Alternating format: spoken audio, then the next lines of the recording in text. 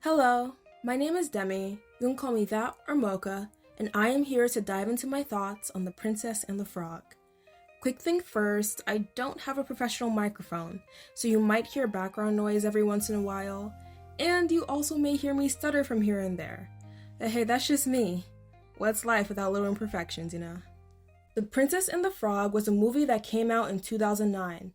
The film is set in New Orleans during the 1920s and chronicles the story of Tiana, a dedicated waitress who dreams of having her own restaurant. Tiana becomes a frog after kissing a prince who's been turned into a frog by an evil witch doctor, and must find a means to transform back into a human before it is too late.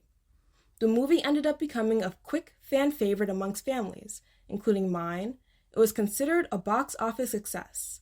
However, despite being critically acclaimed at the time, this film came under fire in the 2010s from people who believed that Tiana, or the storyline depicted, were founded by bad actors who wanted to portray the first African American Disney princess, or African culture during that time, in a negative light. So here's my disclaimer, I was not in the creator's thoughts at the time, so I can't guarantee what anyone else's attitude was when creating this film.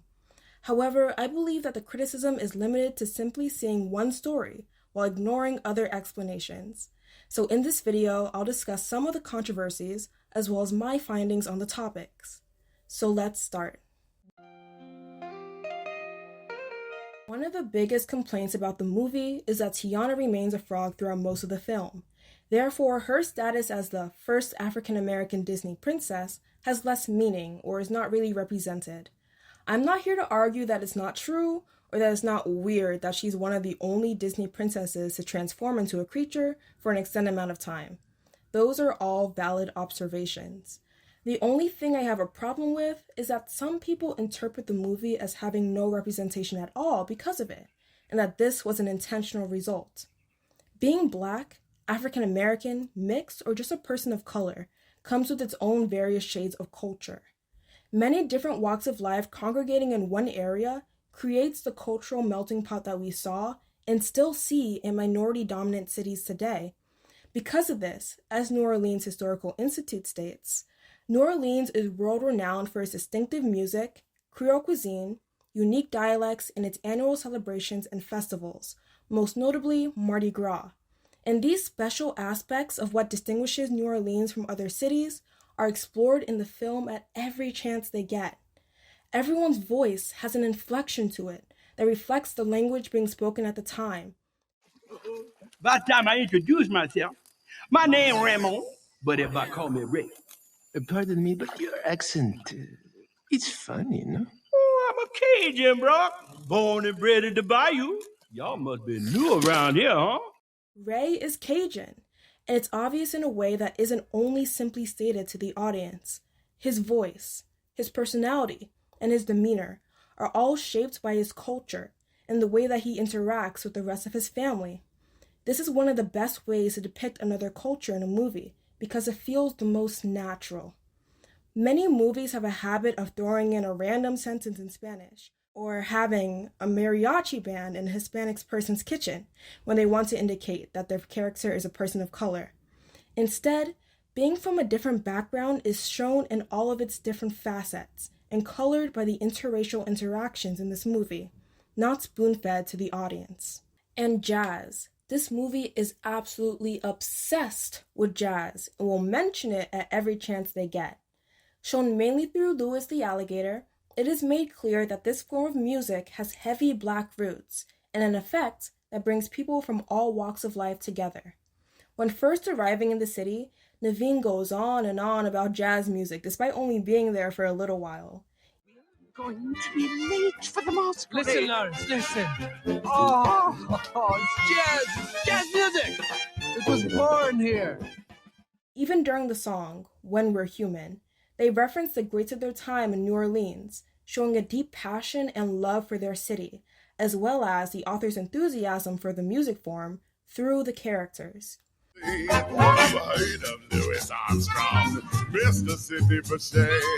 All those boys gotta step aside when they hear this old ex-skater play. Listen. Even without the overt gushing about the beauty of New Orleans, they also sprinkle in some subtle mentions of France, both in Tiana's room and when the Shadow Man orders his shadow servants, creating an amazing mix over lenient appreciation that feels natural and real. Now we're cooking. We're gonna find ourselves a frog. Search everywhere. The bayou, the quarter. Bring him to me alive. I need his heart pumping. For now. Ali! Too sweet! Representation is more than just seeing a Black person on screen. We have many examples of that just being surface level eye candy to appeal to the Black masses. Feeling represented, like really represented, stems from seeing an environment that you grew up in being shown back to you in a celebratory way, one that shows a deep understanding and appreciation of your heritage and the community that makes up a part of you. This is something that The Princess and the Frog does astronomically well. On to the second controversy. Many people complain that making Tiana a frog for a good part of the story was a ploy by the creators to depict Africans as wild animals. And this may not be too far of a stretch.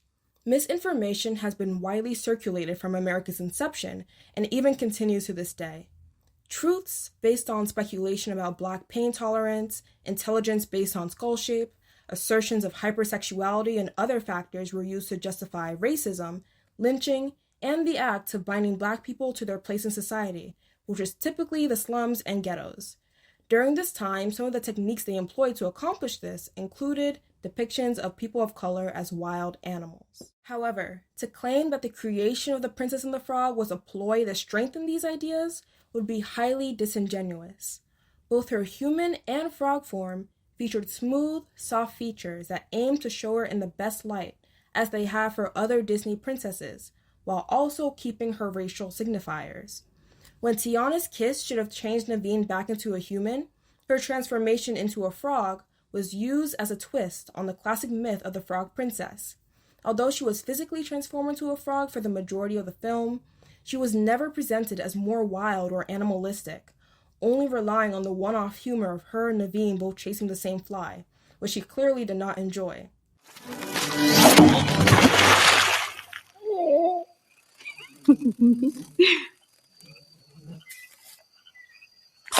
What? Oh, no. No. There is no way I'm kissing a frog and eating a bug on the same day. When not focusing on Tiana and Naveen, culture and the presence of other key Black roles were clear and respectful. Oprah Winfrey was also employed as a technical consultant for the film in order to ensure that Black voices were being properly represented. Most of Tiana's marketing, both in the movie and merchandising, are her and Naveen as humans. While their frog forms appear as add-ons, the spotlight is always on her in her iconic green gown at the end of the film.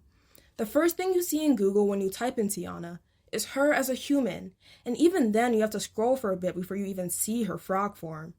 Nearly all of her marketing is her in her traditional dress, and I'm fairly sure that most people, if you ask them who Princess Tiana is, her human form would come to mind first, because that is what's been promoted the most. There have been plenty of Black characters in media who are practically indistinguishable from their white counterparts, serving purely to be there for surface-level diversity. For a movie created in 2009, it would have been easy to fall into the common trap of the time of making all of their POC characters cardboard cutouts or white adjacent. While it wasn't perfect, it was clear that everyone, even the side characters, had a personality, tone, and demeanor that properly and respectfully reflected the culture that they were raised in. Louisiana voodoo and the Afro-Creole sect of New Orleans, as demonstrated by the Shadow Man, originated in this area. Nearly all of the West African groups at the time contributed to the development or understanding of Louisiana voodoo.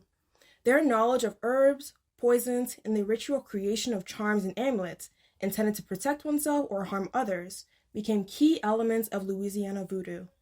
Charms, also known as gris-gris, were created to either harm or help.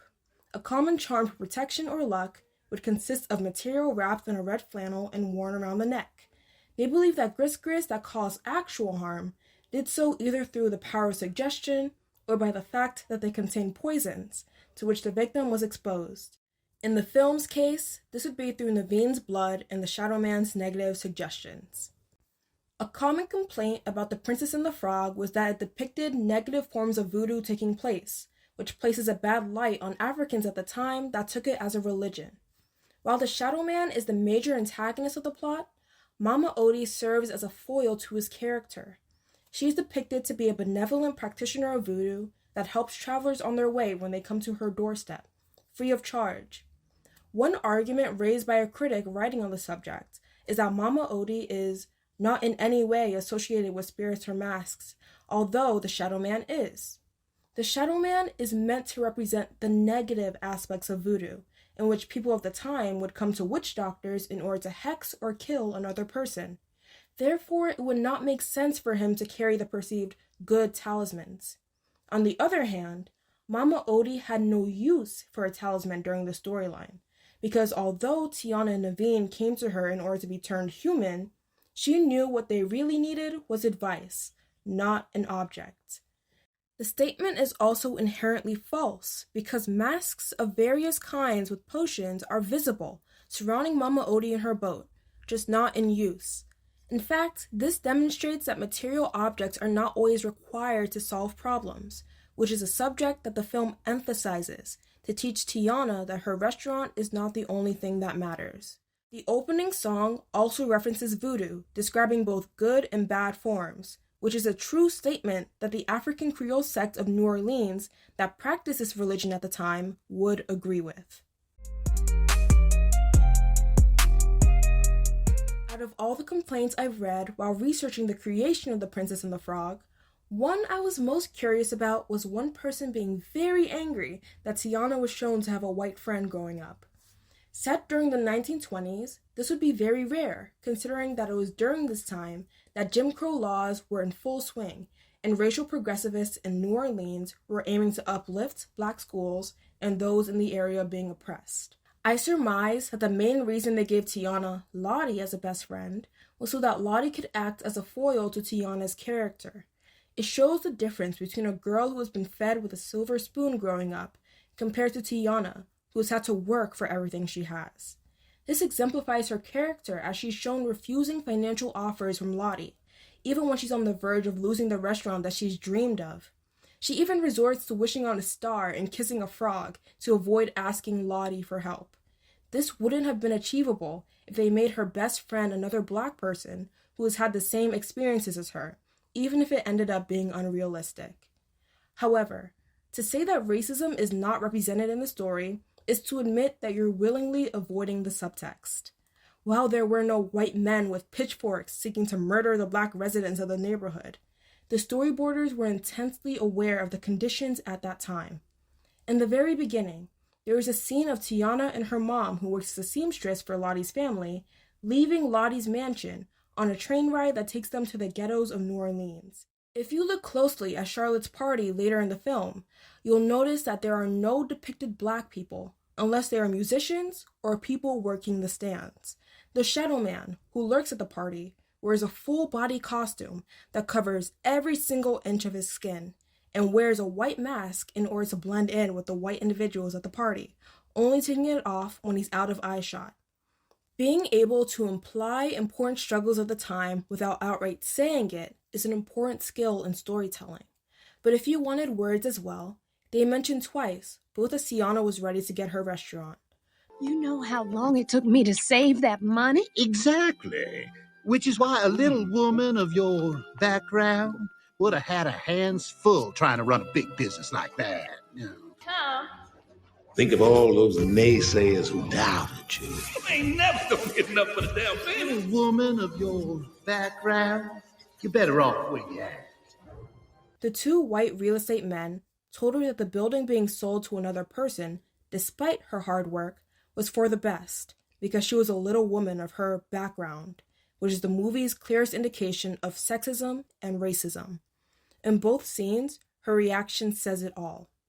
However, since fighting for equality during this time was such a big signifier of the era and New Orleans' history, Erasing some of the tension or imagery of those fighting at the time for equality wasn't a great choice. A background scene of racial tension between groups, even if it diverted attention away from the main plot for a moment, would have been a better choice to accurately depict New Orleans during this time period. But everything else was done with such love and care that I'm willing to suspend my disbelief and assume that Tiana's mom just got really lucky with a white family in the area that somehow enjoyed their company, since it served the greater plot. Hopefully, future movies that are set during a less progressive time will have more representation in that area, even if it is an uncomfortable part of American history. So after all that, my main point is, while there is frustration that can come with not seeing Tiana as a human all the time, I believe that the ultimate priority shouldn't be placed on seeing a Black protagonist on screen at every moment. It should come from seeing a culture you enjoy being presented to you accurately in a way that's fun and makes you feel warm inside. And in that way, I enjoyed the songs, the feeling of community, the beautiful display of Mardi Gras, accents, religion, and love. And I really think it succeeded in that. I love The Princess and the Frog. It's my favorite Disney princess movie, and it'll probably remain there until they come up with something better.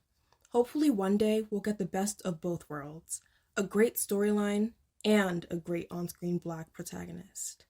You know the thing about good food? It brings folks together from all walks of life. It warms them right up and it puts little smiles on their faces. As always, your opinion is valid. This is just a deep dive of mine. And thank you for watching if you stuck all the way through. I'll see you later.